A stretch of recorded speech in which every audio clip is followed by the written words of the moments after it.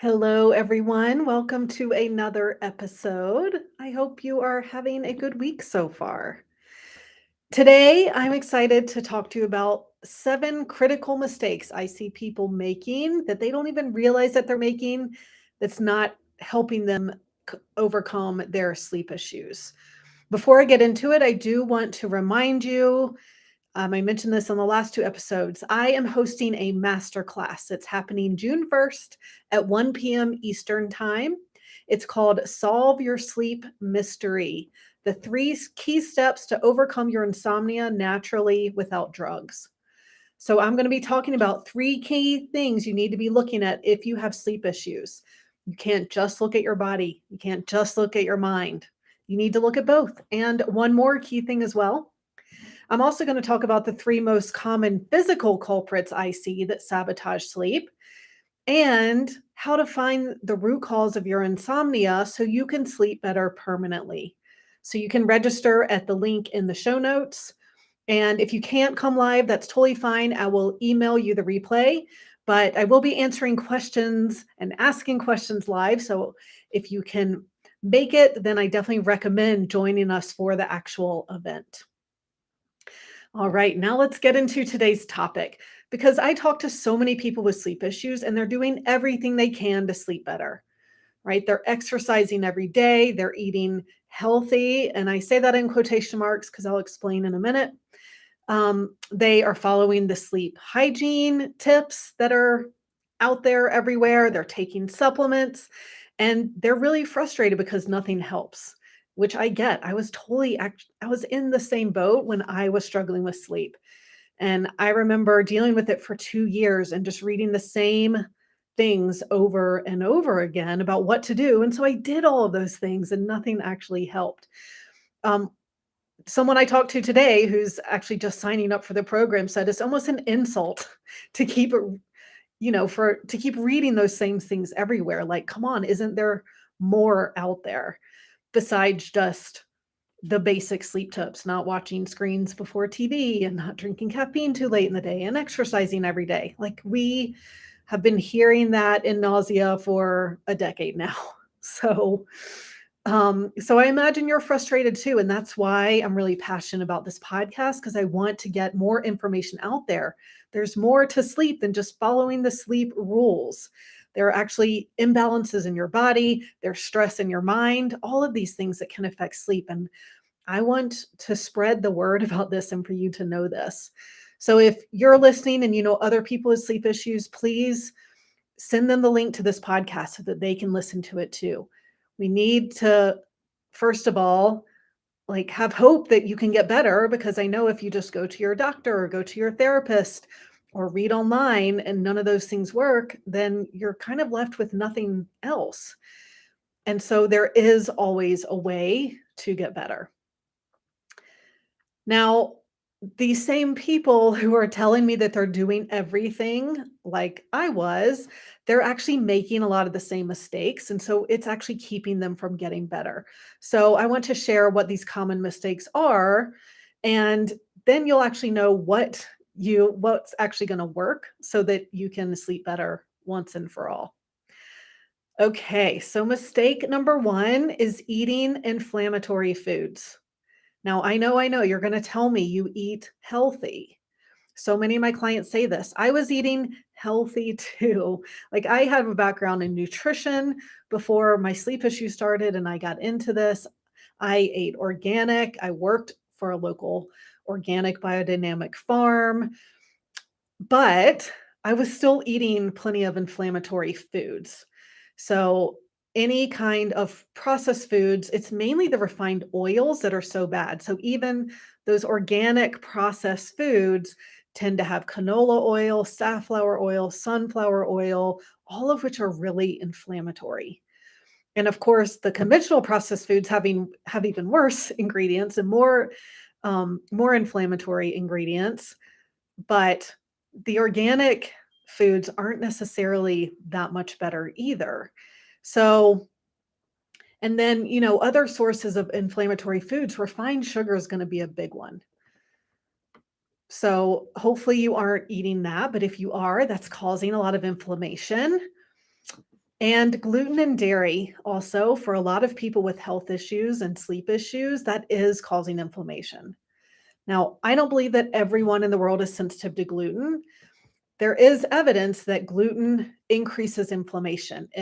They found that after people eat gluten, there is something called zonulin, which is an indicator of leaky gut or an unhealthy gut that increases after everyone eats gluten.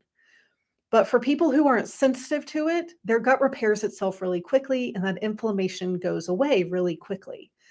For those of us who are sensitive to it, like myself, that inflammation doesn't go away as quickly. The gut doesn't repair itself as quickly. In fact, the body can have this immune response to gluten 3 to 6 months after you eat it. Those antibodies are still there. And then someone with celiac, right? That's the extreme where there's an autoimmune component to eating gluten. But so I don't believe that everyone is sensitive to gluten. However, many of my clients are sensitive to gluten. And a lot of people don't think they are, right? Because they don't have digestive issues. I've told my story on a previous podcast about gluten, which I can link to in the show notes. But I didn't think I was sensitive to gluten either until I quit for a month and then added it back in. And I realized, oh, I felt a little more bloated and a little more tired. Oh, and then I didn't sleep well that night. So I saw this direct correlation between my sleep and gluten, but not everyone does. And you can still be sensitive to it and not really know it.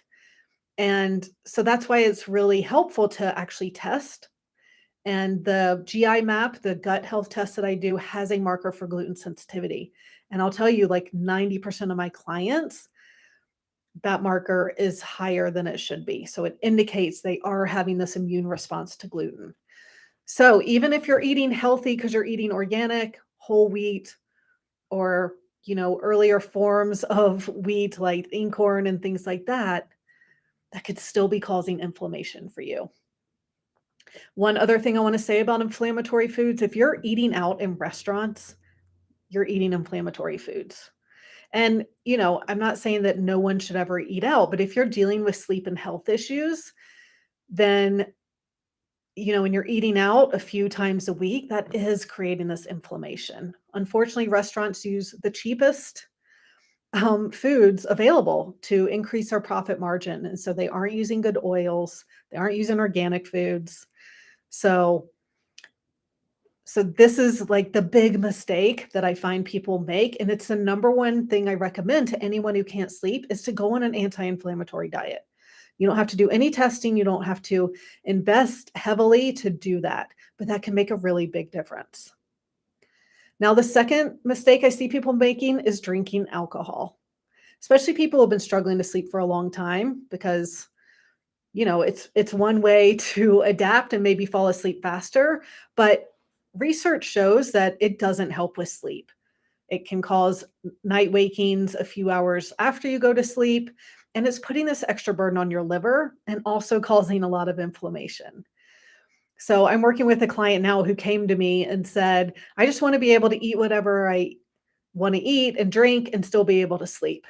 And so I explained how that wasn't going to be possible, especially in the beginning.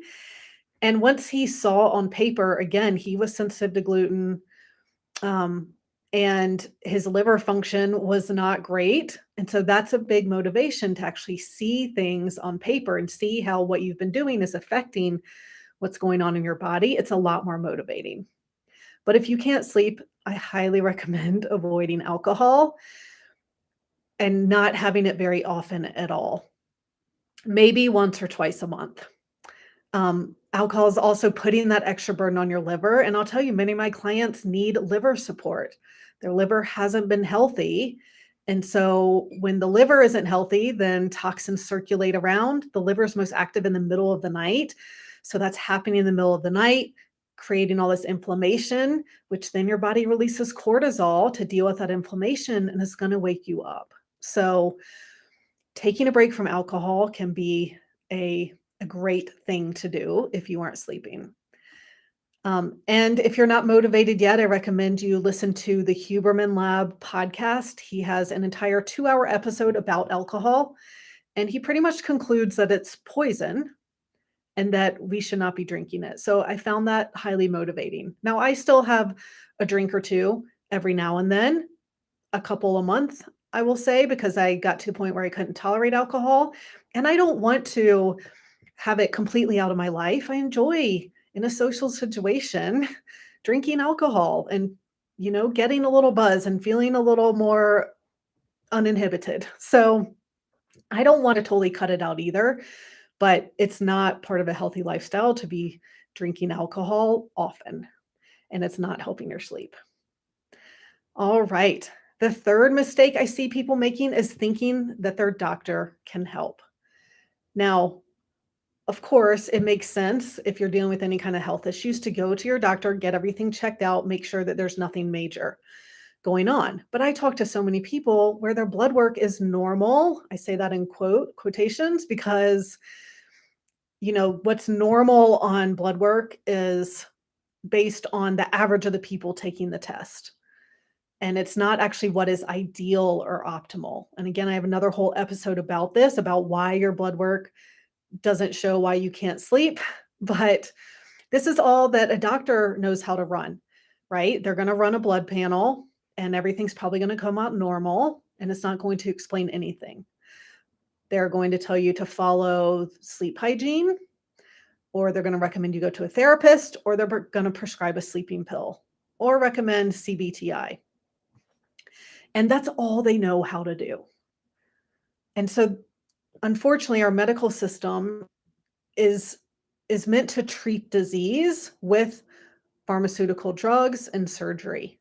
It's not meant to actually build health and prevent disease and keep people healthy. And so that's why blood work isn't helpful, because that's only meant to diagnose something major going on, or that might indicate more testing. And so yes, go to your doctor, rule everything out, but they're not going to help you find the root cause of your sleep issues. Unfortunately, it's just not how our system works. And this brings me to my fourth point: is the mistakes I see people make too are doing a sleep study if you have insomnia. Sleep studies are primarily looking for sleep apnea, and they are selling CPAP machines, and this is big business. Now, I'm not saying it can't help to go again. If it's something that you want to go and see and maybe rule things out, that's great. But there's also this difference between apnea and insomnia, where, apnea is when you stop breathing throughout the night and your brain wakes you up so that you breathe again and get oxygen.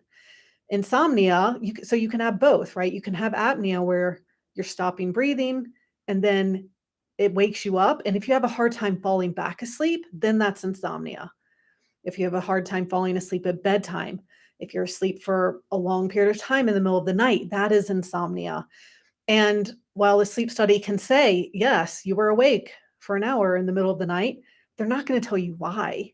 And they don't have a solution for it except for a sleeping pill or cognitive behavioral therapy.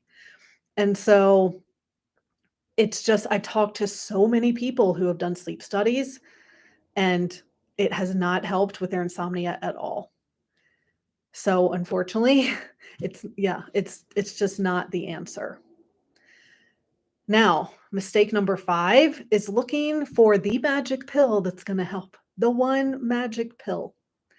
I will tell you, if there was a magic pill that would help every single person out there with sleep issues, someone would be a bazillionaire and no one would have insomnia anymore. There's not one pill that's going to work for everyone.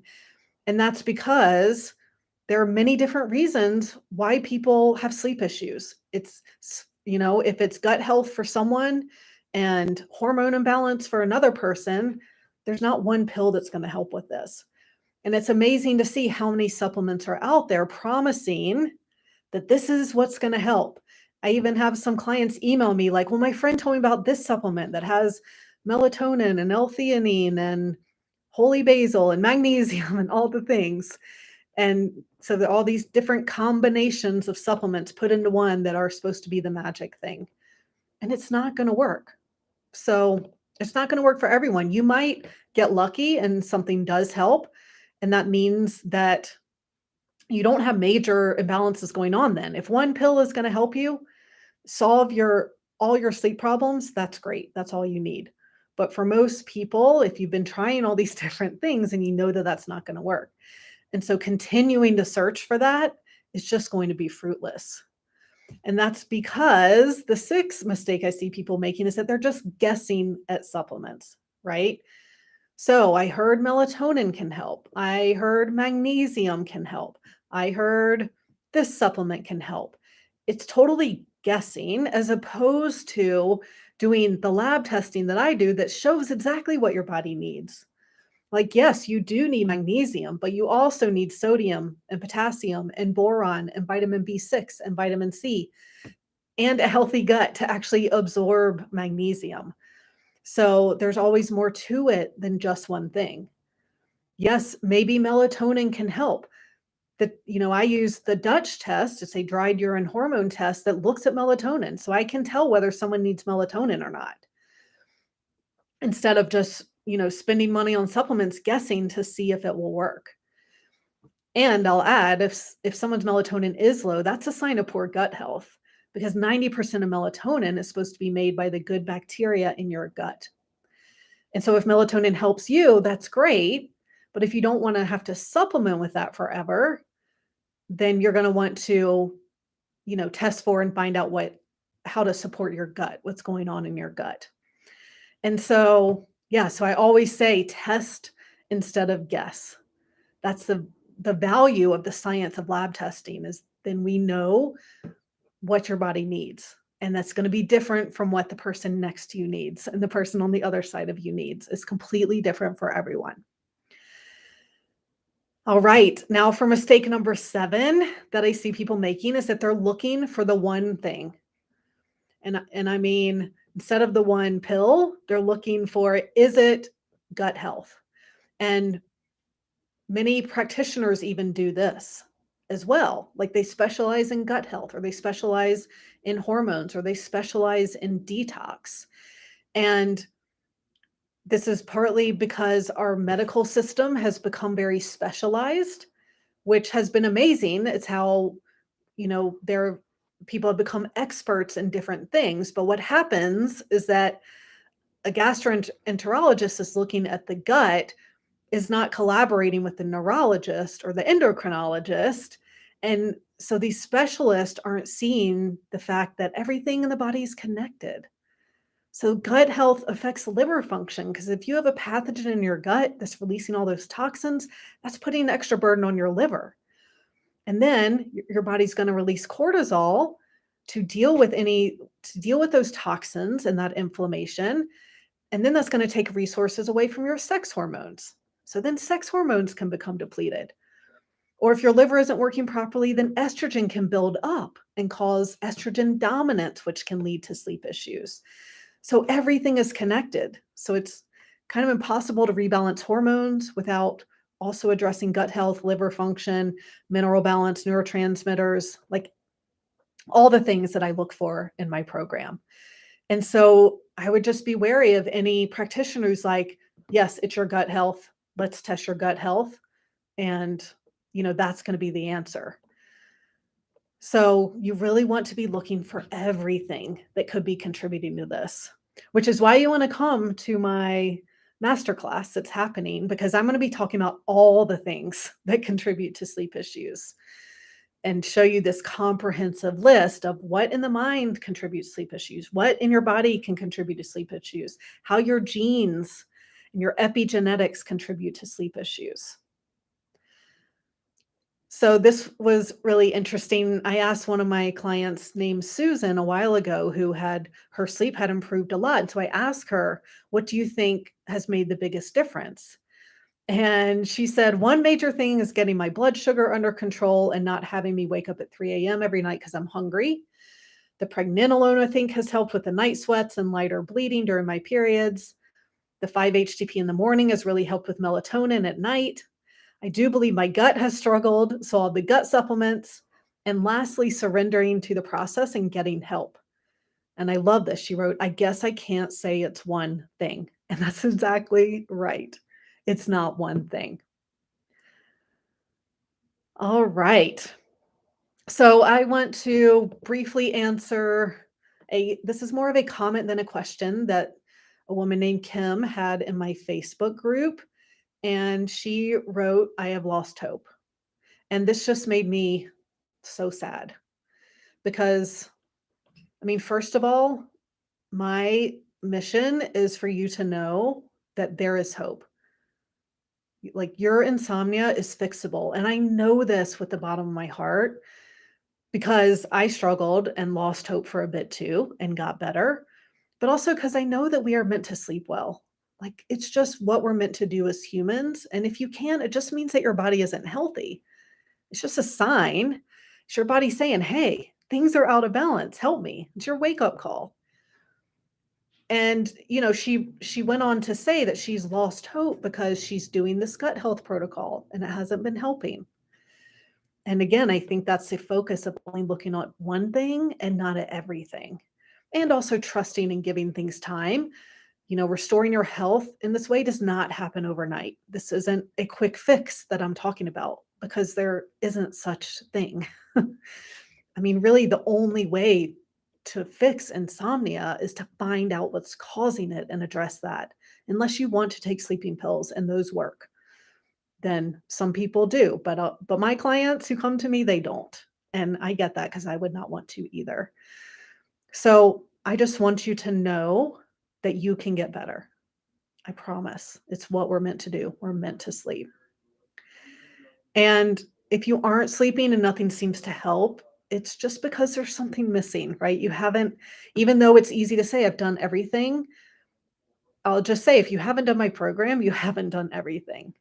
I designed the Complete Sleep Solution program to be this body and mind approach that looks for everything that could be keeping you awake. So I use functional lab testing to find the physical root causes of why you can't sleep. And we help with chronic stress, anxiety about sleep, any of the mental stuff that can sabotage your sleep as well.